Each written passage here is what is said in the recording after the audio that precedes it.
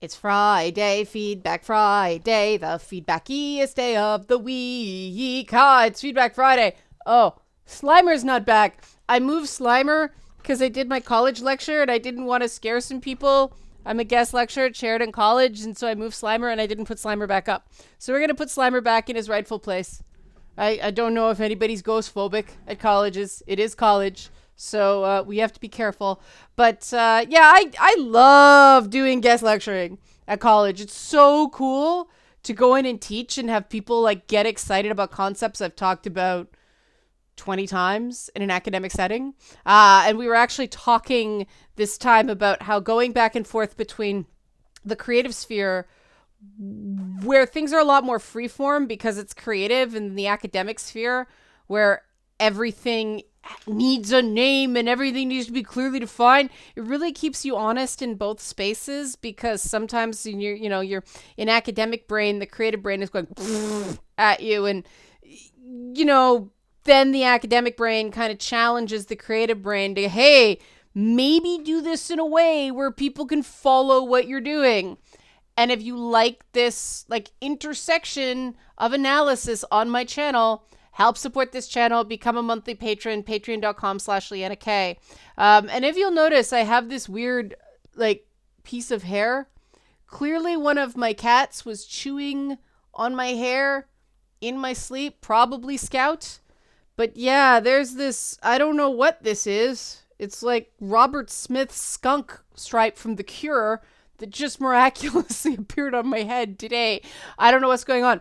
But if anybody wonders what I lecture at the college level, it's agency in game design, and then gender as gameplay system in game design. So yeah, it's super cool and super nerdy, and it's all good.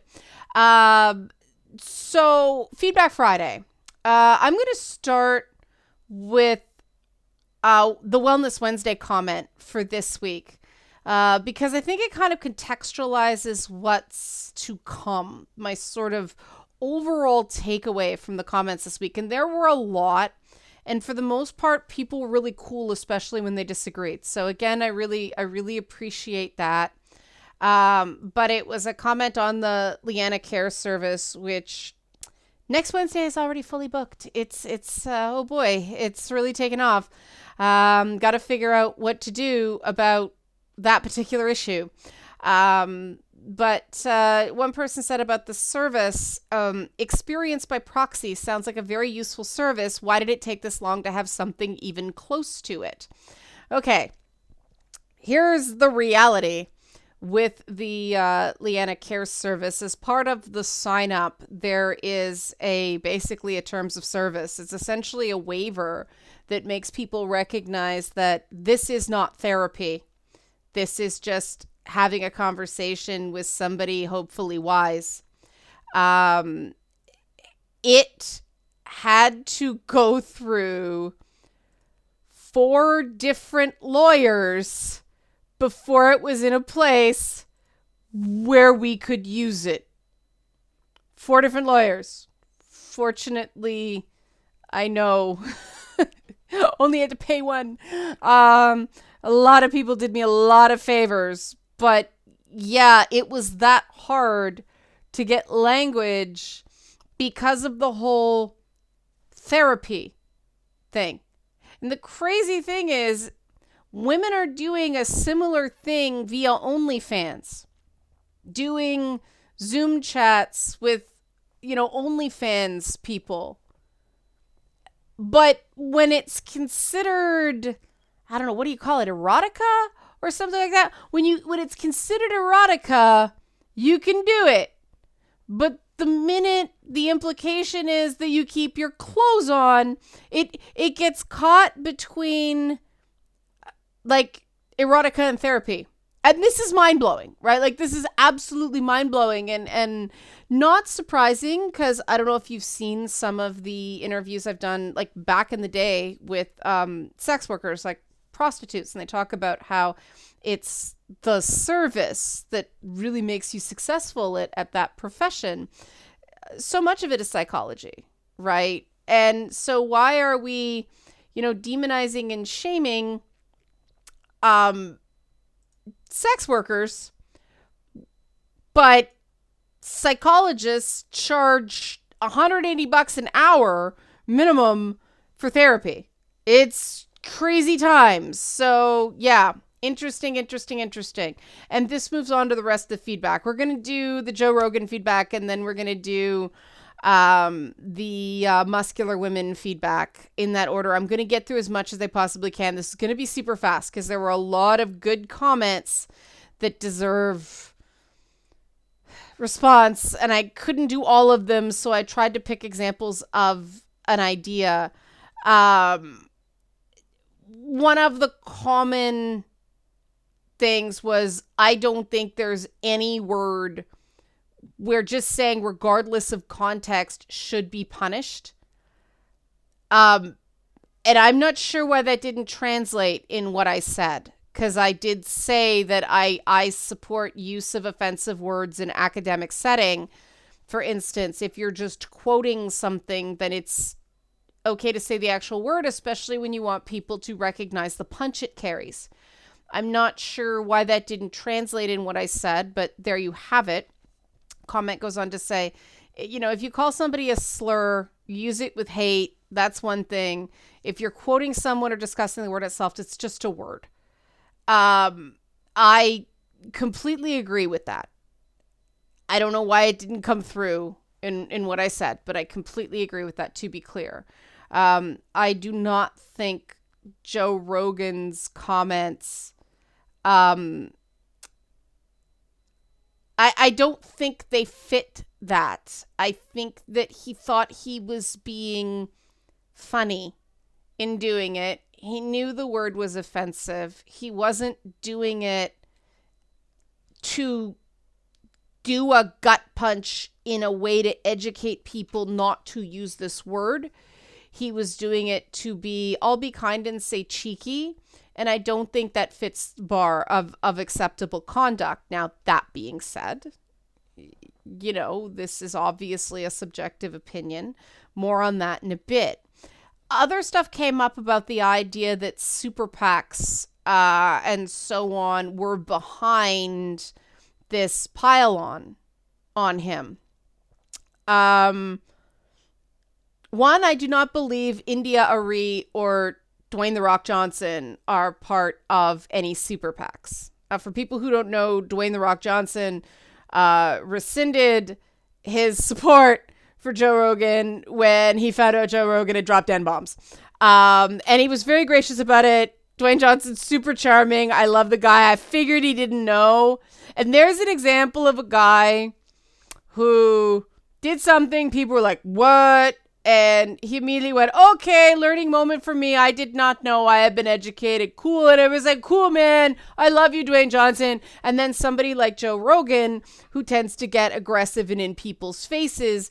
And at the core of Joe Rogan, and this I think is super important. And I am not mocking the guy for this. I actually think this is really, really, really, really important. Okay. The read I get on Joe Rogan is through all his training and hunting and meat eating and, oh my God, COVID, and I took ivermectin and all this fronting, all this edgelord behavior is a frightened 6-year-old. And that comes through to me in what he does. There is a profound insecurity at the core of Joe Rogan that I just react to, where a guy like Dwayne Johnson doesn't have. And I think that is a very real thing that people do respond to in terms of reaction. I do feel like Joe Rogan is acting out. And should that be criminalized? No. It's just an observation. But this is one of those things where it can be true that a lot of people are commenting with no super PAC involvement at all, and super PACs are involved in this stuff. Now, I say this as somebody, again, who has been attacked by, what we call establishment actors, people who are known commodities in the alt-right and the control left. When you venture into certain spheres, when you engage in certain topics, that is a feature, not a bug. You can't have, say, Jordan Peterson on your show multiple times and Alex Jones and not expect to draw some fire from their counterparts on the left. You know, I engaged with Gamergate back in the day. I considered that part of my job as a games journalist. One of the things you're taught when you're actually trained as a journalist is that when someone criticizes you, that is part of the job, and you should engage with your critics to a reasonable extent. And so I did that during Gamergate, and I was demonized for it. So of course, the alt-right is going to come after me because I'm somebody who identifies as a feminist. Oh my God, she seems reasonable. She's dangerous. Get her, destroy her. But then, I have some life experience and I do not fall in lockstep with the typical sex negative thought on the left. And so the left is going to come after me as well. I know this. And I don't have the millions that Joe Rogan does. So I'm just saying this as a point of context.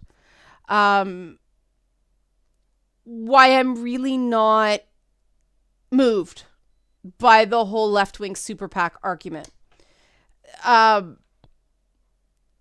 I say this for a reason, because I think a big part of this issue is that, and I'll talk more about this later, that people could only experience things from their own perspective. Some people are very good at being able to put themselves in other people's shoes. Other people really struggle with that. And that's why I think these conversations are so important. Because what dialogue does is gives you a window, gives you an insight into another perspective. And unfortunately, the term lived experience has become so loaded, because I do find it interesting that people have these gut reactions to things like the involvement of a super PAC. And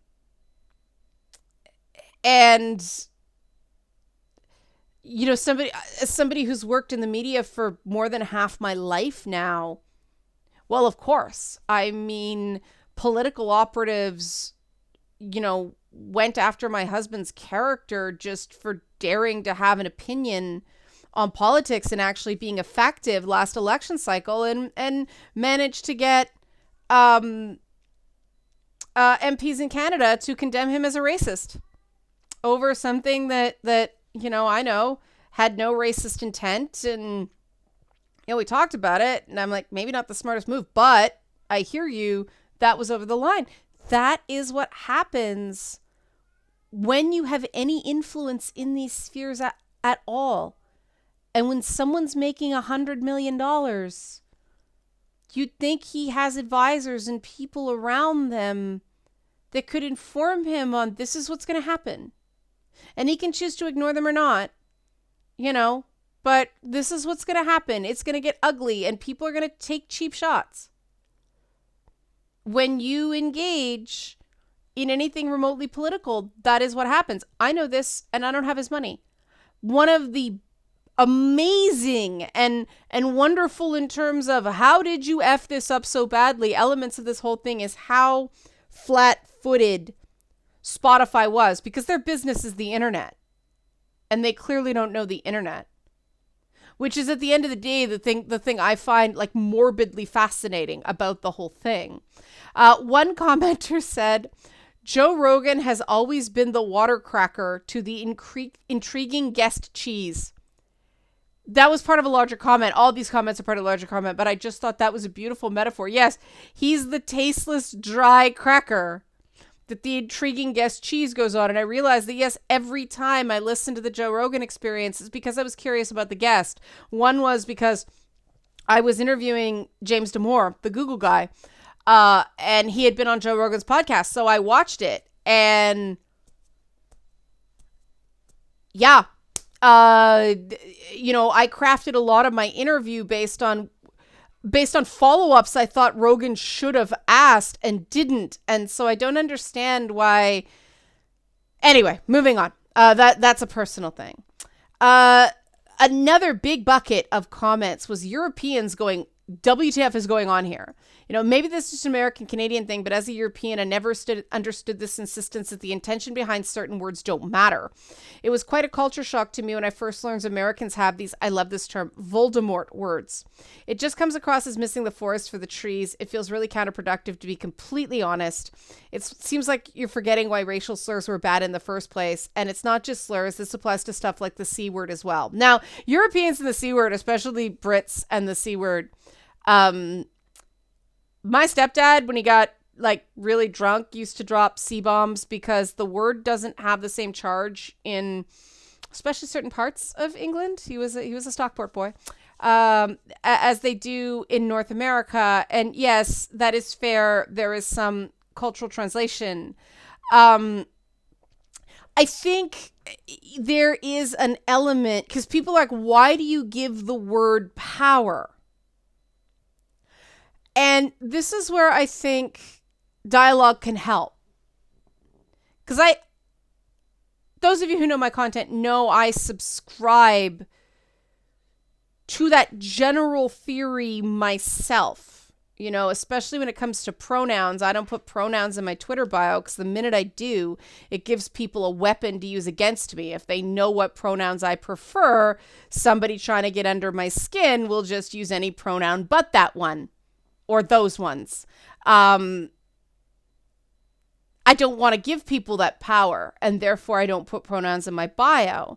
Now, even that admission leaves me somewhat vulnerable because people are like, oh, well, what she got to hide there? Oh, pokey, pokey, pokey, right? And that's the other side of the why give these words power. Because the reality is, certain words do have power, especially in certain contexts. And this is one of these things where if you haven't come up against how a word can be weaponized against you, it is impossible to understand. I mean, I know about this just through the fact that I was profoundly slut-shamed in my 20s for doing my job. And part of my job included interviewing porn stars and wearing corsets and platform stilettos. And, I was a pinup model for a while. That was my first video game job, is I was a pinup model in a game called Battle Station Specific. I happened to walk in as a journalist in the booth at E3, and the PR guy was like, he was doing this, and I looked up, and there was this promo art that looked a lot like me, and he's like, we got to talk, when he found out I did pinup modeling. But people judge you. And unfortunately, when you want to create content, when you want to be more than one thing at a time, and you're somebody people see, oh, female sphere of the experience, right? Men can, look at The Rock. He can have his shirt off, he can be, wrestlers are so nearly naked so often that there were times with Peacemaker, that I had to realize, whoa, Cena's like naked, man.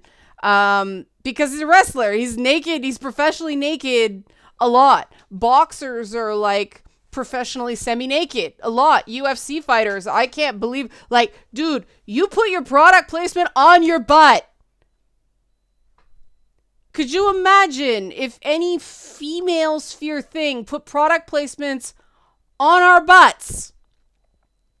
People would talk, but UFC fighters, no, they got the branding on the butt. It is treated as a very different thing when men use nudity or when men use sexuality than when women use nudity and women use sexuality.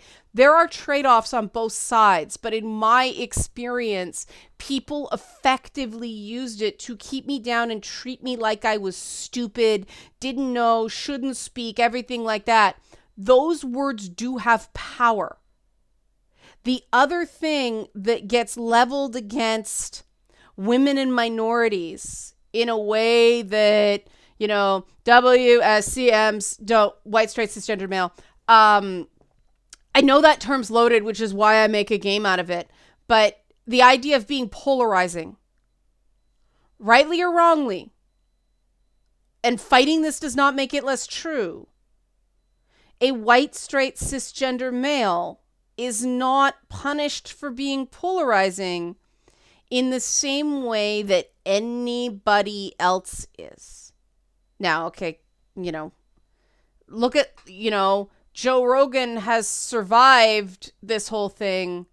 Megyn Kelly was dumped for an ignorant comment about blackface, not doing blackface, just making a faux pas comment about blackface. Now, she had other things in her demerit column, but still, it is undeniable. Gina Carano is another one. There are plenty of men who have said far more contentious things than Gina Carano did and kept their freaking jobs. Mel Gibson is freaking directing again. And it's not that enough time hasn't passed. It's that, Mel Gibson is unrepentant, really, for what he did. He's still a D-bag about this stuff. I mean, James Gunn even, I love the guy, but has Kevin Hart been invited back to the Oscars because it's an overreaction? No, but James Gunn is back doing Guardians 3. This stuff matters. Like it or not, this stuff matters. Fight it all you want. It matters. Some people can survive these words. And the thing about the N-word specifically is that for a long time, Black people had to just take it. They had to just take being subjected to that word, having that word inflicted upon them. And now,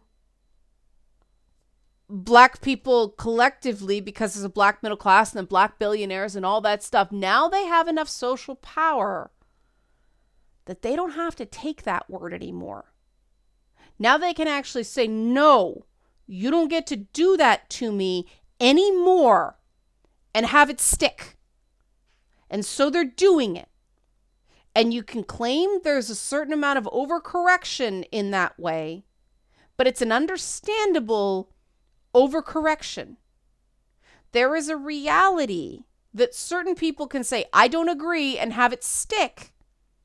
And other people are punished by things leveled at them, right? And we are going through a very rocky period of history where we're trying to balance those scales to an extent. And sometimes we get it wrong, and sometimes we get it right. But please try to understand that when you have a strong reaction to something like this. I mean, even Joe Rogan himself has apologized for the word. He's not standing by it. And I find it very interesting that people who claim to be fans of his are not allowing him his opinions on this. They're defending to the death his opinions that are controversial and, owning the libs and all that stuff. But the minute he goes, yeah, I'm ashamed of this. No, you shouldn't apologize. Well, why not? Isn't that his right? He doesn't even stand by this. He seems to be more clued in now. I mean, I still think there's elements of cluelessness. I really think that he needs a little bit more here. But again, I go back to the fact that Joe Rogan's biggest issue is that he's super insecure. And this leads to another thing. Somebody said, what would an acceptable apology be with this? How do you atone? How do you do this? I mean, I go back to Justin Trudeau, who didn't try to explain when he got caught doing blackface multiple times. He was like, it was stupid, and I'm pissed at myself. That's what he actually said. He said, I'm pissed at myself. It was stupid. And he said it again and again and again and again. He didn't explain. He didn't do the Joe Rogan thing of, I thought in context people would understand what I'm doing. No, he's like, it was stupid. It was stupid, and I'm pissed at myself. A proper apology indicates that you're sorry, not just ashamed, that you're willing to work to make things right, and it also shows why the behavior was wrong and you're not going to do it again. The whole idea of a proper apology is it takes the burden off the wronged party and onto you. That's what it does. So hopefully that helps. I'm going to move along because I don't want this video to be super, super long, because I want to move on to the Louisa thing with Encanto, and it does dovetail in. Because yes, I agree with the people who said this is a super silly controversy. One commenter said, so they're mad that you were critical about an unrealistic depiction of a woman in a resource-scarce post-apocalyptic world. That's Abby from The Last of Us 2. But not two depictions of women at peak performance / superhuman in a fantasy magical setting. I'm 100% behind you on this. I thought that was a beautiful summary of the difference. But then you get the other side where someone says, at this point, I only want one thing from fiction. I don't care if fiction likes me or not. I just want fiction to not hate me. Admittedly, the jacked women characters have been the icon of hating me lately. So like a surviving gazelle avoiding the tall grass, I instinctively avoid these kinds of characters out of self-preservation. So what that comment says is this person goes, this is absurd. Yes, the second comment doesn't kind of admits that it's sort of absurd. But it's what the semiotics of this sort of character read to people. And I do not think that was the intent of Encanto at all, which is why it's so confusing. I do think that the intent of Abby in The Last of Us 2 was one for Neil Druckmann to have his particular sexual fantasy in a video game that he made. I'm fine with that. The part I'm not fine with is if you don't agree this is progressive, you're a bad person. That's the part, right? I do believe there was an element of that. I do not see that in Encanto.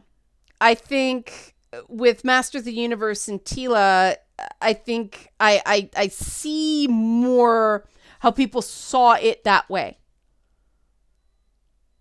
But like I said, we have to treat everything as an individual and not like an early warning system for a culture war. That's just feeding the culture war. That's just that thing of, the same people who are saying, why do you let words bother you, are the same people who are like, I just avoid them out of self-preservation.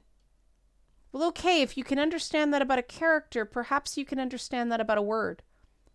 On the other side, perhaps we could have some common understanding here that these things don't always make sense logically, but there's something very, very real behind that. And use some common understanding to be better to each other. And some people pointed out the difference between the depiction of Abby in The Last of Us 2 and, say, Lady Dimitrescu in Resident Evil Village, right? Because, Lady Dimitrescu is still I can snap you in two character. Now, I am not comfortable getting into this feminine masculine thing, and I think one commenter touched on why, because, I was a teenager in the late 80s, early 90s, and it was the Riot Girl era. And so I don't have the same reaction to certain things that, the Riot Girl punk era. I don't have the same reaction to people who are the post-Disney princess generation.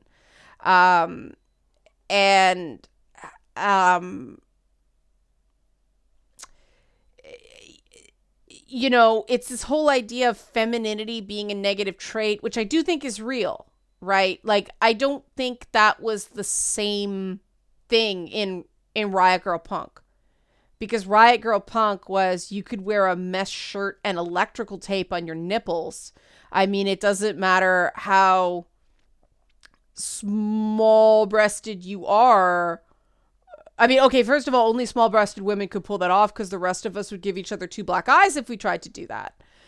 But when you got nothing except mesh and tape there, people read you as feminine. You're punk.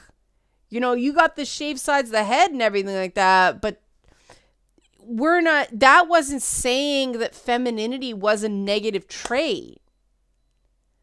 That was saying I'm redefining femininity, and I'm going to shove it in your face. Very different. Very, very different. Femininity must be hidden, must be shunned, and shoving femininity in your face in a different way.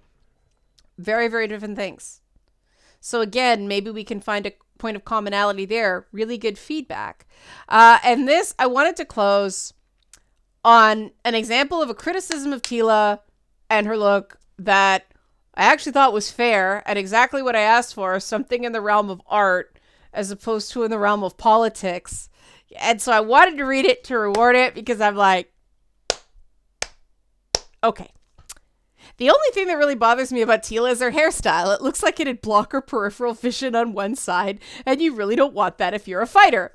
Her outfit is also kind of meh compared to the very stylized outfits of the others. Taken with the hair, you've got this outfit that looks like practical if generic adventurer gear, and a hairstyle that looks extremely impractical, and that you'd need to go to a hairstylist every month to maintain it. The commenter identified dissonance in the design. The head's doing one thing, the body's doing the other, which is the same problem that happened with Abby. I mean, there's other problems with Abby, that they took the head of one woman and the body of another woman, and so the fat layers don't match.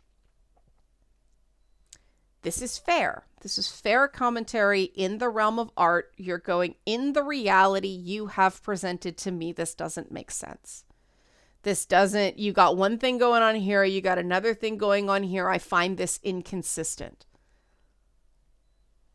That is an artistic criticism, not a political one. I can work with this. I can work with this. This is what I'm talking about. And this is why, even though I take shit early on in these conversations happen. And I think it's really funny, the number of people, he has conversations with people. He has interesting conversations. Well, so do I. And I don't make $100 million. I can't even afford a proper guest booker. And I think that's part of the issue with the whole Joe Rogan thing, is there are plenty of people who are better interviewers than him. He just happened to get really super lucky. And is there some sour grapes involved? Sure. But there's also the reality to, quote Spider-Man, with great power comes great responsibility. If you have a $100 million, 11 million subscriber platform, act like it. Behave better. Don't just do things because you can. Actually think about what you're doing. And do things not just because you piss off the right people, but because you can actually stand by it at the end of the day. When you're making that much money, you can have principles. And that's why I personally really, and I know there's this whole Howard Stern, Joe Rogan war going on right now, but I really appreciate that Stern, he has this really sweet deal with Sirius. He can write his own ticket.